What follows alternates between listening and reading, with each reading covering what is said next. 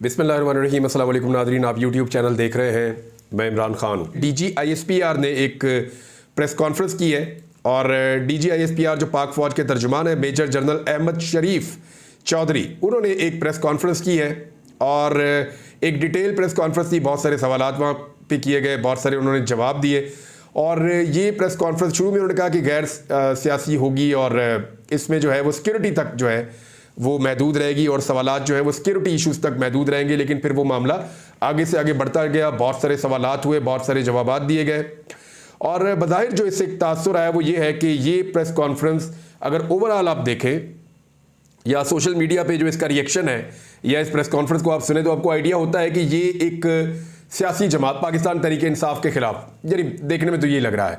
और अब इसमें उन्होंने कहा कि आप वो आप देख लें, मुज़ाकरात सियासी जमातें करती हैं, इदारे नहीं करते, इंतशारी टोले से बातचीत नहीं हो सकती, DGISPR ने कहा। पाकिस्तानी फौज के तर्जुमान मेजर जनरल अहमद शरीफ चौधरी ने एक प्रेस कॉन्फ्रेंस के दौरान कहा कि 9 मई को अस्करी तनसीबात पर हमले करने और करवाने वालों को सजा ना दी गई तो किसी की जान, माल, इज्जत और आबरू महफूज नहीं रहेगी। उनका मजीद कहना था कि मुज़ाकरात सियासी जमातें करती हैं, इदारे नहीं करते और फौज पर हमले करने वाले इंतशारी टोले से बातचीत नहीं होगी। ये उन्होंने कहा DGISPR ने और साथ ही उन्होंने कहा मुज़ाकरात सियासी जमातों को ज़ेब देती है, फौज को नहीं ज़ेब देता। इंतशारी टोला उन्होंने करार दिया उन लोगों को और ये इल्ज़ाम पाकिस्तान तहरीक इंसाफ पे और इमरान खान साहब पे एक्चुअली लगाया जाता है। अच्छा, इसमें बहुत सारे सवालात भी हुए, बहुत सारे जवाब भी है। एक सवाल तो ये था कि जनरल रिटायर फैज़ हमीद के खिलाफ इंक्वायरी में हक़ाइक़ तक पहुँचेंगे। इस सवाल से जब पूछा गया कि एक हाउसिंग सोसाइटी के मामले पर फैज़ हमीद के खिलाफ इंक्वायरी शुरू की गई थी तो उस पर क्या पेशरफ्त हुई, तो उन्होंने कहा कि हमारा एहतसाब का अमल है, सुप्रीम कोर्ट के अहकामात और वजारत दिफा की हदायत की रोशनी में एक 2 स्टार जर्नल ये इंक्वायरी कर रहे हैं। इसका मकसद इल्ज़ामात को एक तरफ रखकर हक़ाइक़ तक पहुँचना है। इसकी बुनियाद पर सिफारिशात तैयार होंगी। सऊदी अरब पर रजीम चेंज का इल्ज़ाम अफसोसनाक है। ये इल्ज़ाम आपको याद होगा लगाया था शेर अफजल मरवत ने। बाद में उन्होंने कहा कि इमरान खान ने उनको डांटा था और इमरान खान ने इसके रिबटल में एक स्टेटमेंट भी फौरी तौर पर जारी किया था और वो स्टेटमेंट जो है वो फिर पूरे पाकिस्तान के मीडिया की, इलेक्ट्रॉनिक मीडिया में तो इमरान खान का स्टेटमेंट चलता ही नहीं, सोशल मीडिया की जीनत बना और पाकिस्तान तहरीक इंसाफ ने कैटेगोरिकली कहा कि ऐसी कोई बात नहीं है। बहावलनगर वाक़े पर प्रोपेगेंडा किया गया, वो ये कह रहे हैं। और जब इस पर सवाल उठाया गया तो उन्होंने कहा कि फ़ौजी एहलकारों और पुलिस के दरमियान झगड़े पर बात करते हुए उन्होंने कहा कि पुलिस और सिक्योरिटी हुकाम ने उसे दोस्ताना तरीके से हल कर लिया गया। इस पर प्रोपेगेंडा किया गया, झूठ डाला गया, फ़ौज से जुड़े हर वाक़े पर झूठ फैलाकर बदनाम किया जाता है। पंजाब हुकूमत ने पुलिस अफसरान पर मुश्तमिल तहकीकात का आगाज़ कर दिया है। वैसे शुरू में कहा गया था कि 3 दिन में तहकीकात रिपोर्ट आ जाएगी और पता चल जाएगा कि क्या हुआ वहाँ पर, तो अभी तक तो हमें कुछ पता नहीं चला। लेकिन DGISPR ने कहा कि पंजाब हुकूमत इस हवाले से मजीद आगाह कर सकती है। फौज के साथ पुलिस का अहम किरदार है, उनकी भी बहुत कुर्बानियां हैं। उन्होंने कहा कि मुल्क दुश्मन अनासर दरार डालना चाहते हैं। वाकया अफसोसनाक था, उसे दोस्ताना अंदाज में हल किया गया, उस पर इंक्वायरी हो रही है। अच्छा जी, अड्डों के हवाले से ये बड़ी एक अच्छी खबर है और जब अड्डों के हवाले से ये मेरा भी बड़ा कंसर्न था क्योंकि मैं इस पर काम करता रहा हूँ माजी में। तो एक सहाफ़ी ने ये पूछा कि पाकिस्तानी फ़ौज ने बलूचिस्तान और खैबर पख्तूनख्वा में फ़ौजी अड्डे अमेरिका के हवाले किए हैं या ऐसा कुछ होने जा रहा है। तो इस पर उन्होंने जवाब दिया कि पाकिस्तान में ना किसी को अड्डे दिए गए हैं और ना दिए जाएंगे। ये मज़ायका खेज़ बात है और प्रोपेगेंडा है। तो ये बहुत अच्छी बात है अगर अड्डे नहीं दिए गए, और अड्डे देने भी नहीं चाहिए। और माजी में जिन्होंने अड्डे दिए थे उन्होंने पाकिस्तान के साथ ज़्यादती की थी और गलत किया था। फ़ौज में खुद एहतसाबी का अमल है और ये कोर कमांडर जो मंगला थे उनका जो इस्तीफ़ा है उस हवाले से उन्होंने बात करते हुए कहा कि खुद एहतसाबी का एक अमल है। लेकिन उन पर इल्ज़ामात क्या थे या क्या चीज़ें थी उसके बारे में कोई बातचीत नहीं की, लेकिन इस्तीफ़े के हवाले से उन्होंने यही बात की है। इंतशारी टोले से कोई मुज़ाकरात नहीं हो सकते। ये पाक फ़ौज के तर्जुमान ने जब उनसे सवाल पूछा गया कि तहरीक इंसाफ और साबिक़ वज़ीर-ए-आज़म की तरफ से कहा गया है कि 8 फरवरी को उनकी जीत ने 9 मई के बयानिए को मुस्तरद कर दिया है। उन्होंने कहा 8 फरवरी को टर्न आउट 47% था, उसमें से मखसूस सियासी पार्टी जो कहते हैं बयानिया उल्टा हो गया, यानी पाकिस्तान तहरीक इंसाफ, उस पार्टी को इसमें से 31% वोट मिला और 69% वोट इस बयानिए को नहीं मिला। 92% आबादी उनके साथ नहीं खड़ी। हमें यकीन है अवाम फ़ौज के साथ खड़ी है। फ़ौज के तर्जुमान से पूछा गया कि क्या कोई डील हो रही है। इस पर उन्होंने कहा कि फ़ौज की कोई सियासी सोच नहीं है, हर हुकूमत के साथ आर्मी का गैर सियासी मगर कानूनी ताल्लुक होता है। हमारे लिए तमाम सियासी जमातें काबिल एहतराम हैं। ताहम अगर कोई सियासी सोच या टोला अपनी ही फौज पर हमलावर हो तो उससे कोई बातचीत नहीं करेगा। ऐसे इंतशारी टोले के लिए सिर्फ एक रास्ता है कि वो कौम के सामने माफ़ी मांगे और वादा करे कि वो नफरत की सियासत छोड़कर तामीरी सियासत में हिस्सा लेगा। मजीद उन्होंने कहा कि बातचीत मुज़ाकरात सियासी पार्टियों को ज़ेब देते हैं, फौज या इदारा बातचीत नहीं करेगा और ये मुनासिब नहीं है। अच्छा जी, ये एक तरफ तो उनका ये मुतालबा है कि इमरान खान साहब, और ये बात बड़ी देर से सामने आ रही है कि इमरान खान साहब पब्लिकली आकर माफ़ी मांगे और वो ये कहें कि आइंदा वो इस किस्म की सियासत नहीं करेंगे। अभी भी उनके पास जो इमरान खान साहब के पास ऑफर है उसमें दो ही चीज़ें हैं कि एक तो 2 साल तक के लिए बिल्कुल खामोशी सियासी मामलात के अंदर वो बिल्कुल डाउन कर लें अपनी पार्टी को और अपने आप को, जो मुबैना तौर पर चीज़ें सामने आ रही हैं, और दूसरा ये है कि वो माफ़ी मांगें और मादरत करें और कहें कि आइंदा ऐसा नहीं करेंगे। ये बयानिया जो है वो मौजूद है मार्केट में और इसके बदले में उनके सारे लोगों को रिहाई भी दे दी जाएगी। सोशल मीडिया पर दोबारा तनकीद की DGISPR ने। उन्होंने कहा कि सोशल मीडिया पर कुछ सियासी हल्के तवातर के साथ फौज और इदारों पर इल्ज़ामात लगाते हैं। इन इल्ज़ामात के जवाब में सबूत देने की बजाय मज़ीद इल्ज़ामात लगाए जाते हैं। इदारा भी इल्ज़ाम लगाएगा तो ये सिलसिला जारी रहेगा। हम हक़ाइक़ पर यकीन रखते हैं। आइन और कानून रियासत पाकिस्तान फ़ौज के खिलाफ प्रोपेगेंडे की इजाज़त नहीं देता। उन्होंने इस पर कानून साजी का मुतालबा किया है। अगर एक्शन ना लिया जाए तो मुआशरे की बुनियादें हिल जाएंगी। मुआशरे में कुछ इस्तेहकाम आ रहा है, अदम एतमाद कम हो रहा है। अच्छा जी, जुडिशल कमीशन का एक मुतालबा पाकिस्तान तहरीक इंसाफ ने किया और वो साथ ही ये भी कहती है कि 9 मई का एक फॉल्स फ्लैग ऑपरेशन था। तो जब ये चीज़ सामने आई तो एक दस्तावेजी फिल्म भी दिखाई गई DGISPR की जानिब से और उसमें अस्करी तनसीबात पर हमले होते हुए दिखाए गए। इस दस्तावेजी फिल्म में तहरीक इंसाफ के रहनुमाओं मुराद सईद, शानदाना गुलजार और शहरियार रफीदी के बयानात भी दिखाए गए। और DGISPR ने कहा कि एक सियासी जमात की जानिब से नौजवानों को इश्तियाल दिलाया गया, मगर अब जुडिशल कमीशन का मुतालबा करके कन्फ्यूजन पैदा की जा रही है। उन्होंने कहा कि हम तैयार हैं, बनाएं जुडिशल कमीशन। जुडिशल कमीशन इस बात का भी अहाता करे कि 2014 का धरना और उसके मकासद क्या थे। इसका भी अहाता करे कि पार्लियामेंट पर हमला कैसे करवाया गया, किस तरह लोगों को यह हिम्मत दी गई कि आप रियासत के खिलाफ खड़े हों। उन्होंने कहा कि 2016 में खैबर पख्तूनख्वा के वसाइल इस्तेमाल करके दारुल हुकूमत पर धावा बोला गया। 2022 में दोबारा इस्लामाबाद पर धावा बोला गया। उन्होंने कहा कि IMF को खतूत लिखे गए, लॉबिंग की गई कि पाकिस्तान को कर्जा ना दे, दिवालिया होने दे। फौज के तर्जुमान ने कहा वो कौन लोग हैं जो सोशल मीडिया पर इदारों के खिलाफ नफरत फैला रहे हैं। अगर एक मखसूस सियासी टोला ये सब करता रहेगा तो एक दिन वो अपनी ही फौज पर चढ़ दौड़ेगा। अगर 9 मई करने और करवाने वालों को सजा ना दी गई तो किसी की जान, माल, इज्जत व आबरू महफूज नहीं रहेगी।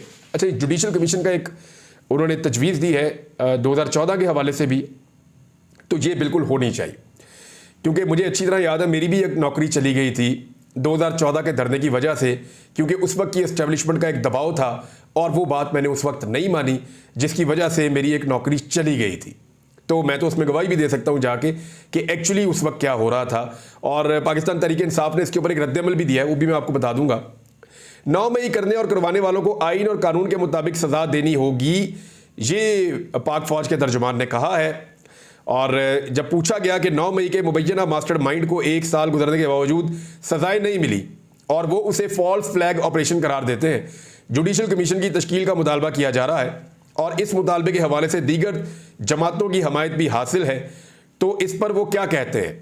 तो उन्होंने कहा कि 9 मई सिर्फ अफवाज पाकिस्तान का मुकदमा नहीं, ये पूरे पाकिस्तान की आवाम का मुकदमा है।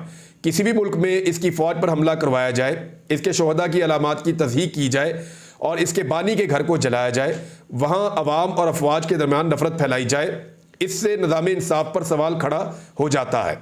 अगर ये करने और करवाने वालों को कैफरे किरदार तक ना पहुँचाया जाए।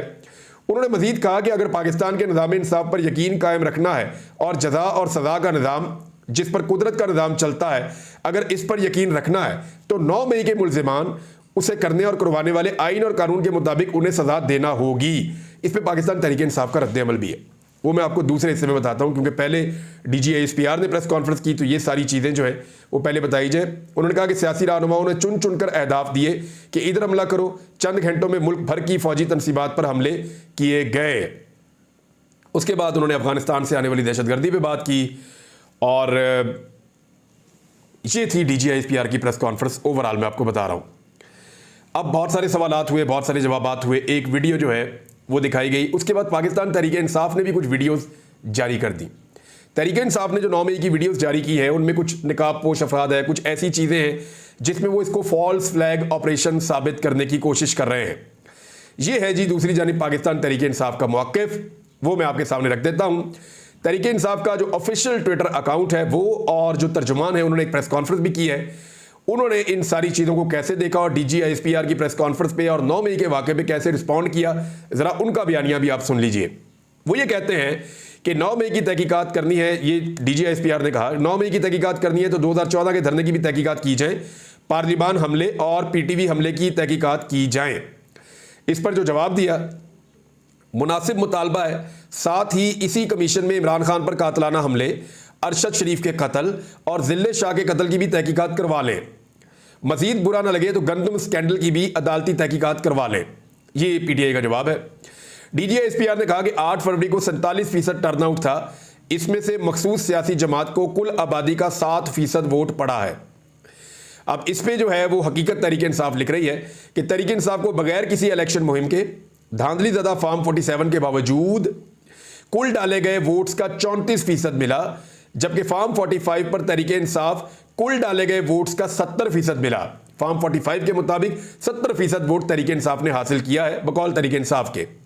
ये 7% के नंबर में इतनी ही सच्चाई है जितना अफवाज पाकिस्तान का सियासत से ताल्लुक ना होने के मामले में सच्चाई है। DGISPR ने कहा कि तहरीक इंसाफ के लिए सियासत की कोई हद नहीं रही, वो चाहते हैं कि पाकिस्तान माशी तौर पर नीचे जाए। अब इसमें जो जवाब है तहरीक इंसाफ का वो ये है, जजों और सियासतदानों के बेडरूम में कैमरे लगाने वाले तहरीक इंसाफ को हद ना समझाएं। मईशत का उतना ही दर्द होता तो अप्रैल 2022 में बैरूनी इशारे पर रजीम चेंज ना करते। माशी तौर पर आज भी 2022 की बरामदात और तरसीलात ज़र का लेवल अबूर नहीं किया जा सका। यानी जो मईशत PTI के दौर में थी उससे अब बहुत बुरी है। PTI जो है वो बहुत, जितना उनके खिलाफ एक प्रेस कॉन्फ्रेंस आई और प्रेस कॉन्फ्रेंस के अंदर जितना हमने देखा कि एक सख्ती थी इदारे के अंदर, पाकिस्तान तहरीक इंसाफ शायद उससे भी एक हाथ आगे जा रही है। DGISPR साहब ने प्रेस कॉन्फ्रेंस के शुरू में फरमाया कि प्रेस कॉन्फ्रेंस और सवालात को सिक्योरिटी इश्यूज तक महदूद रखें, लेकिन इसके बाद अगले 40 मिनट मुसलसल सियासी गुफ्तगू फरमाई, बल्कि जाली ऑडियोज पर मबनी डॉक्यूमेंट्री भी चलाई जो तैयार करके लाए थे।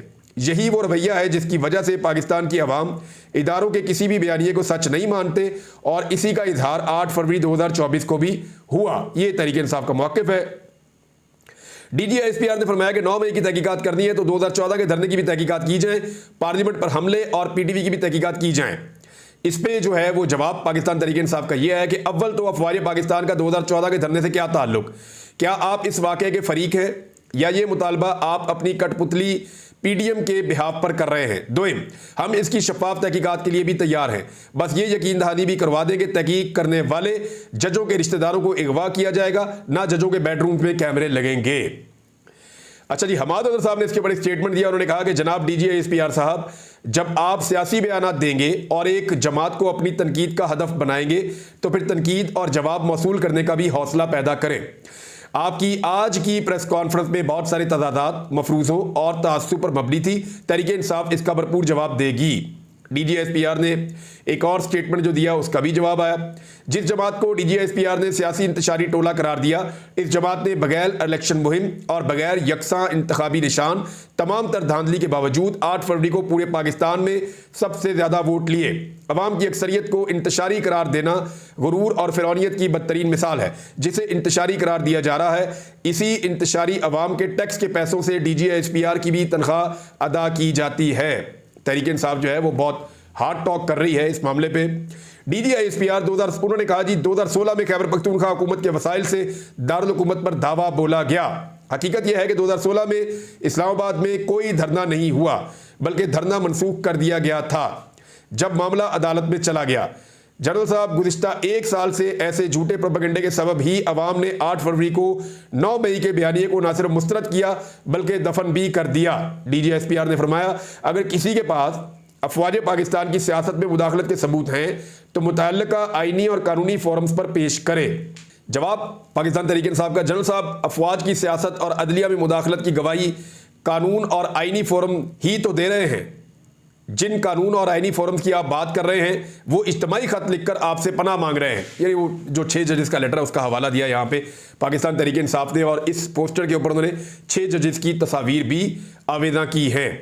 इमरान खान साहब का एक स्टेटमेंट पाकिस्तान तहरीक इंसाफ ने अभी वायरल किया। उन्होंने कहा जिसने सीसीटीवी फुटेज चुराई है उसी ने 9 मई करवाई है। पाकिस्तान तहरीक इंसाफ के इंफॉर्मेशन सेक्रेटरी रऊफ हसन साहब ने कहा कि आज की DGISPR की प्रेस कॉन्फ्रेंस एक इंतशार से भरपूर जहन की गमाजी करती है। उन्होंने कहा जमहूरियत को कोई ख़तरा नहीं, ख़तरा उसको होता है जो चीज़ मौजूद हो। इस वक्त पाकिस्तान में शख्सी आमरीत है, जमहूरियत नहीं है। ये पाकिस्तान तहरीक इंसाफ का एक मौक़िफ़ है। एक और जगह पे रऊफ हसन साहब ने कहा कि जो कुछ DGISPR ने आज की प्रेस कॉन्फ्रेंस में कहा उस तमाम पर हम उनको चैलेंज करते हैं कि उसके सबूत लेकर आएँ। हम चाहते हैं कि इस पर एक जुडिशल कमीशन बनाया जाए जो इस बात का तयन करे कि ये वाक़या किसने करवाया, क्यों करवाया। ये कहते हैं जुडिशल कमीशन 2014 के धरने और पार्लियामेंट पर हमले पर भी तफ्तीश करेगा। हम कहते हैं बिल्कुल करे, लेकिन इसके साथ रजीम चेंज, साइफर, खान साहब पर हमला, ऑडियो लीक्स, 8 फरवरी के इंतखाबात में मैंडेट चोरी, जबरी तलाक़ें और सियासी इंजीनियरिंग पर भी तफ्तीश करे। इस पर अगर DGISPR कमीशन बनाना चाहते हैं तो ज़रूर बनाएं। अब ऐसा नहीं होगा कि 2 माह बाद PTI के खिलाफ प्रेस कॉन्फ्रेंस कर दें। जुडिशल कमीशन का आपने खुद कहा तो अब ज़रूर बने ताकि कौम को हकीकत पता चले PTI मुजरिम है या वो लोग जो PTI पर इल्ज़ाम लगा रहे हैं। ये रऊफ हसन साहब ने स्टेटमेंट दिया है। एक स्टेटमेंट उन्होंने और दिया। उन्होंने कहा एक शख्स को खड़ा करके तहरीक इंसाफ को दहशतगर्द जमात करार दे दिया तो क्या अवाम यकीन कर लेगी? हमें कहते हैं 7% की नुमाइंदा जमात है। झूठ और गुमराह करने की भी कोई हद होती है। ये जनाब DGISPR साहब की प्रेस कॉन्फ्रेंस थी और उसके ऊपर एक जवाब था पाकिस्तान तहरीक इंसाफ का। पाकिस्तान तहरीक इंसाफ और DGISPR यानी ये 2 चीज़ें कभी भी आमने सामने नहीं आनी चाहिए। अब मैं इसके ऊपर तरजीह इसलिए नहीं दे रहा क्योंकि पाकिस्तान तहरीक इंसाफ ने खुद बहुत कुछ कह दिया है और DGISPR ने, दोनों ने बहुत कुछ कह दिया है। दोनों चीज़ें मैंने आपके सामने रिपोर्ट कर दी हैं। अब इस मामले का बनेगा क्या, आने वाले दिनों में चीज़ें आपके सामने आती रहेंगी, हम आपको रिपोर्ट करते रहेंगे। अब तक के लिए इतने, अपना ख्याल रखिएगा, अपने चैनल का भी। अल्लाह हाफ़िज़।